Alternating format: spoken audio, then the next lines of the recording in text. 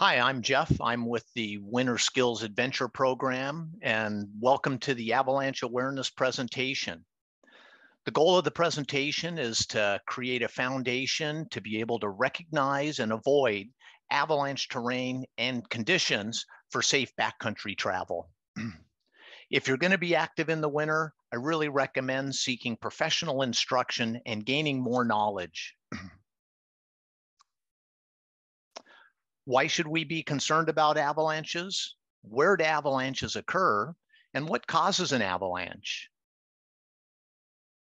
Well, we should be concerned for avalanches because they're a significant winter backcountry hazard. They're really difficult to predict. They're only controlled in developed ski areas, snow play areas, and along highway corridors. And also, our summer hiking trails don't take into account avalanche risk. Finally, any consequences or miscalculations have greater consequences in the winter in relation to avalanches. Where do avalanches occur? Well, mainly they occur outside those controlled areas. They occur on slopes with an angle of 30 to 50 degrees, and more specifically in the 38 to 42 degree range. They occur on slopes with few natural anchors, and those would be boulders and trees to anchor and hold the snow to the slope. And commonly they are on the leeward slope, the side away from the wind. And finally, what causes an avalanche? Well, technically, it's a trigger that releases tension forces within the snowpack, causing some of the bonds between the layers to fail, resulting in a sudden snowslide. The most common types of avalanches, there are two. The first one is loose snow avalanches, and the second one will be slab avalanches. The characteristics of a loose snow avalanche is they start from a single point. I'm using my mouse to circle around some of the starting points of the two images there. They increase in size as they descend, and generally they only affect the top layer of the snow, the recent storm layer or the spring layer. And as the snow slides, it has little cohesion. There aren't any broken blocks or things like that in the run out zone. And these type of avalanches generally occur during or immediately after a storm, or again in the springtime when the conditions are warm. Finally, these are the least common of the types of avalanches that occur. The more common avalanches are slab avalanches, and they're characteristic by a common starting point and a distinct fracture line that radiates out from that starting point. I'm using my mouse to follow along the fracture line of this left lower image. The avalanche will slide on the weakest layer, and that weak layer could exist at any place in the snowpack, not just the top layer. It could be deep as far down as the ground. And when these avalanches occur, they generally break into blocks, and those blocks are what we call cohesion. And so this could be more treacherous. These avalanches also occur anytime during the year, the springtime, the fall time, and the winter time, but also in the end of the season as well. And these are the most common and lethal. What factors affect the snowpack stability? Well, there are three key factors, and those are the terrain, the weather, and the snowpack.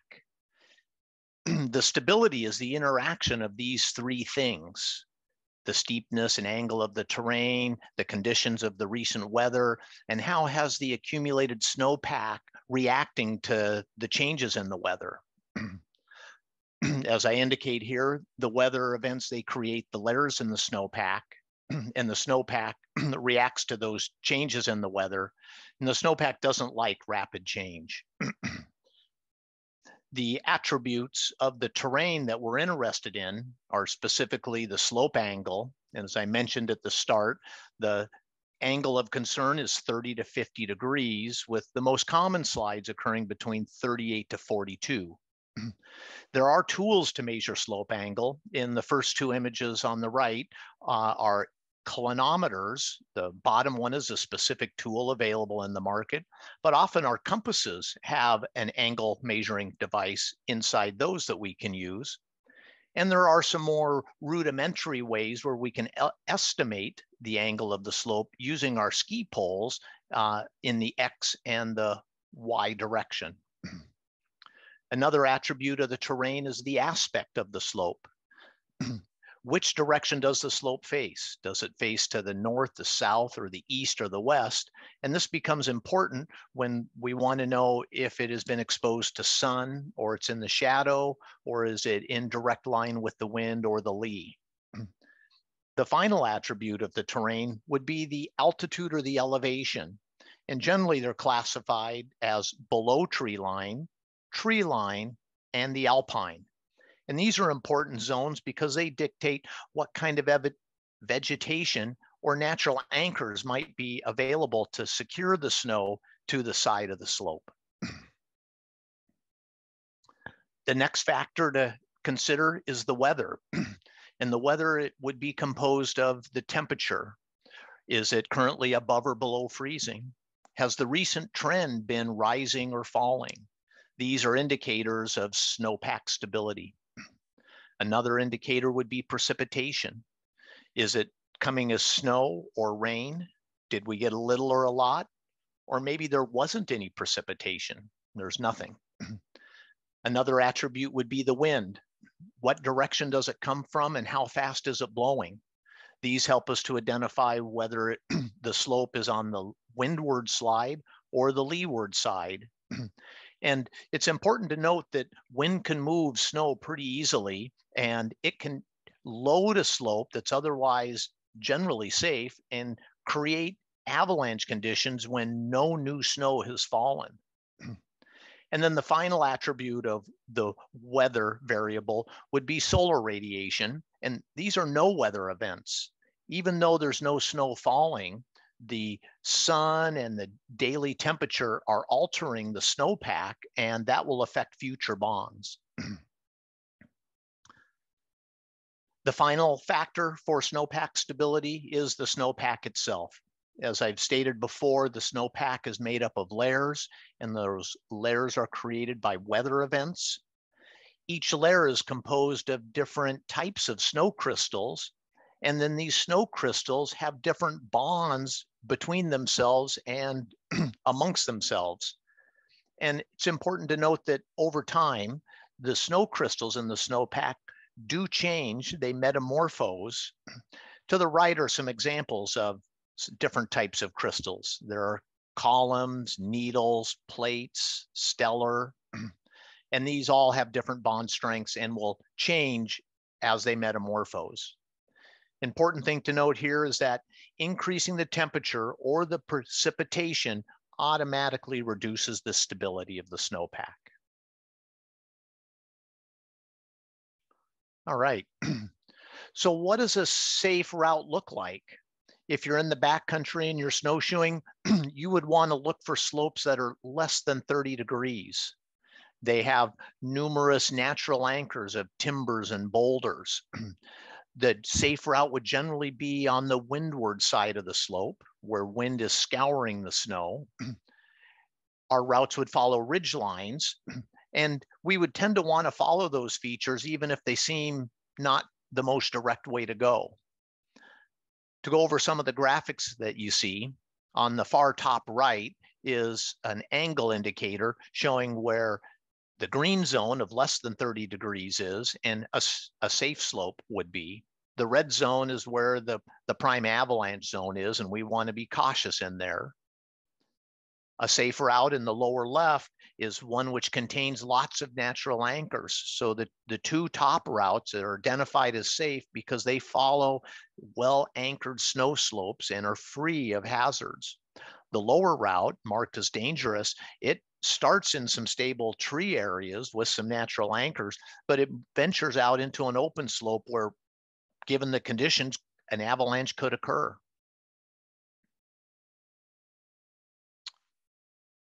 What does an unsafe slope look like? Well, if we're on a snowshoe hike, these are generally slopes that are greater than 30 degrees. They don't have many or any natural anchors. They might be a bowl or a gully. It could be a convex or a concave slope. It might be a cornice. And finally, consider terrain traps.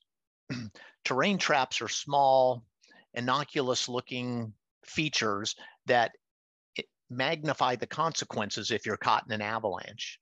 I'm going to use the graphic in the lower left. They have several of them. On the top left, the snow could slide and you'd be trapped in a gully. The one to the right of that, a second slide could come and bury you or a survivor. So a terrain trap is a valley bottom. The middle is a cornice. Wind directs the snow over the edge of the mountain, creates a little bit of an overhang, but the natural summit is somewhere back behind that. And the terrain trap could collapse and break that cornice, creating an avalanche. The lower two, well, traveling along the top of a steep cliff band or a steeper section of a hill, if an avalanche occurs above us, it would force us over or push us over the edge and magnify the consequences and bury us deeply. Anyway, I think you're getting the idea of what a terrain trap is. I'd like to talk about the image in the top left now. That's a classic slope with many of the red flags that we're looking for. Its angle appears to be greater than 30 degrees. It's devoid of natural anchors. You can see bowl shape and convex shape attributes on that slope, and the ridge line has cornices along it. This image represents a slope that is generally unsafe to travel on under avalanche conditions. Also, a special note to the northwest, we get a deep snowpack, and this image on the right, the deep snow suffocation hazard, this is real in the northwest. If you're out breaking trail or snowshoeing, please give trees a big, wide clearance to avoid being trapped down in the branches and not being able to get free. All right. When we're out in the wilderness, there are some tests we can do to help determine the stability of a slope. And some general ground rules are here. We want to choose a safe location where we can execute this test. And it's important that the slope angle, aspect, and altitude are the same of where we want to recreate, where we plan to snowshoe or ski or have fun. It needs to be indicative of where we want to be. Is a safe location, I've used that other graphic on the right, and I put green circles indicating where I felt a safe location to make a snow pit analysis would be. And I also indicated a red circle indicating a spot that is not suggested as safe. To execute this test, you need to dig a snow pit that's approximately 48 inches wide and 36 to 48 inches deep. And when we do this, we want to identify the layers in the snowpack. We'd like to understand the density of those layers. Those will give us some indication of how tightly they might or strongly they're bonded. And if we see any concerns, some things might start to shift and slide all by themselves. And to perform the test, generally we'll cut 2 columns about 12 by 12, and they need to be cut on all 3 sides, the 2 sides and the back. And then we're going to apply force with our shovel and our hands and try to make the column collapse. We generally use 10 hits, and each from the wrist, the elbow, and the shoulder. And these represent a light force, a moderate force, and a heavy force. And the idea is that if you see fractures or failures of the column while you execute the test in the wrist zone, since that's low force and low energy, we would classify failures as high red, danger, and don't go, be careful. If they occur in the elbow zone, where we're putting a little bit more effort into the snowpack and we start to see some failures, like these lines in the right image, we would consider that moderate danger and maybe proceed, maybe go back, but certainly do more tests before venturing further. And finally, Shoulder failures, we're putting a lot of energy into that column. We're hitting it 10 times with all of the force we can, pivoting from our shoulders. And if we don't get the fractures indicated on the right, we're fairly confident that the avalanche danger is low and we can proceed where we would like. Next, you would want to repeat this test on that second column to make sure you get matching results. And also you should repeat this test throughout the day because different aspect, temperature, or time could affect the results. And finally, we'll get a chance to practice this on the mountain because this is such a critical skill and a hands-on exercise. All right. Now for safe backcountry travel, I wanted to iterate that we're the first line of defense. It's up to us to see and be aware of what's going on around us. It's important to have situational awareness about all these elements, the weather, the terrain, and the snowpack. It's important to have proper training and equipment so we can execute these tests and come to good conclusions. It's also important to do enough pre-trip planning to feel comfortable that you understand what the hazards are and where they occur and how to avoid them. When you're in the field, you should be able to recognize and avoid the hazards, watching for the red flags. And if you encounter anything that you're uncertain about, you should use risk-based decision-making. I like this acronym called SLAM. It stands for stop, look, assess, and manage. And I follow that with what will happen if I cross that slope. To get ready for a trip, it's important to do the pre-trip planning. And here are some things I do. I like to research my planned destination and route. I have printed books. There's lots of online resources you could use. I search online for current trip reports. I try to gain insights about the current conditions. Have they seen avalanches in that area? I like to review topographical maps, and you can still get these in paper. You can also find them online. And what I look for here is I look for the contour line spacing that represents then the slope angle. The closer the lines are together, then the steeper the terrain.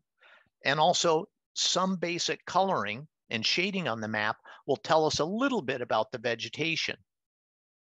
I'm going to use the graphic down below in the center. It's a map of where we like to go snowshoeing on our trip. And you can see the contour line spacing where they're tight together. That's a very steep area. But then there are areas where they're further apart, indicating where the terrain is flatter and less steep. Also, where there's trees and things, they tend to be colored with this green color. But where there's open areas with not much vegetation or small light vegetation, they're generally colored the white or a brown color. So my point is the maps can give us some pre-indicators of what kind of vegetation might be in the area we want to travel. Further trip planning, always check the weather forecast, always check the avalanche forecast at Northwest Avalanche Center. And any information you've gathered, be sure to print it and bring it with you on the trip. All right. When we're in the backcountry, as I mentioned, it's important to plan ahead and use situational awareness. Try to recognize the terrain features that you learned about through trip planning. When you're traveling, you're looking for slopes or routes that are easy with the least risk or consequences, have the greatest number of natural anchors. When you're moving through the wilderness, you should discuss the options with the people in your group to make sure they agree with your assessment, and also yeah, they're on board. And as you're traveling, I always look for islands of safety. And these are areas where there's natural anchors on the snow slope that help hold the snow better than an open slope. In the center image on the right, you can see these little stands of trees. Although they're not much, they do anchor the snow to the ground, and these snowshoers could stop and feel secure that the snow likely wouldn't slide near those anchors. If we do encounter a slope we're concerned about, we need to select the safest place to cross, something that has the least amount of hazard. If we're going to cross, we need to also zip up, glove up, put our hands on, be prepared if a slide were to occur. It will be cold. As we get ready to go, it's best to take your straps off your wrists from your ski poles and also unclip your hip belt and loosen your shoulder straps in case you need to get free of it in a slide. Crossing the slope, you should go one at a time, always following the same path and not stopping until you get to the other side.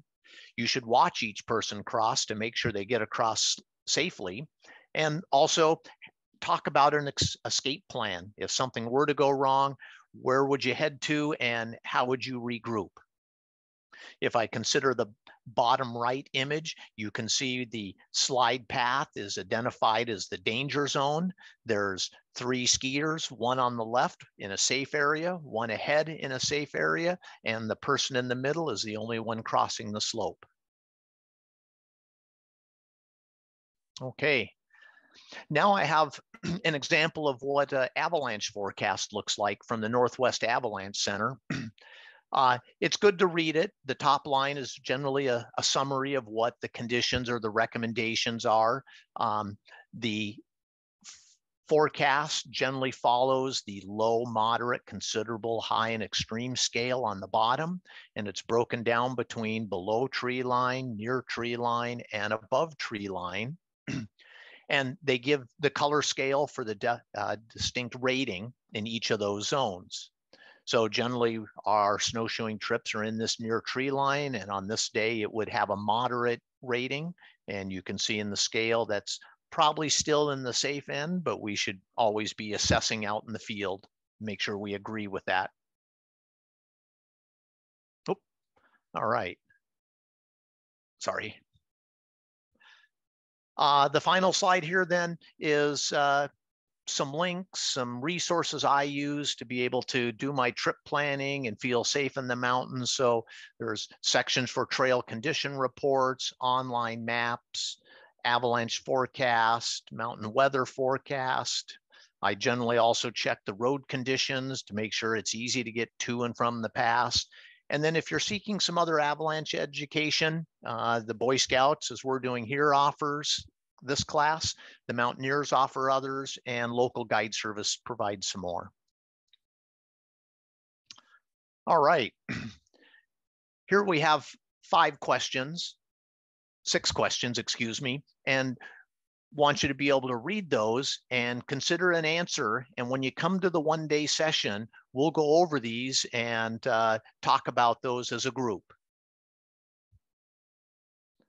So I wanted to thank you for your time, and be safe and have fun out there, and look forward to seeing you on the mountain. Thank you.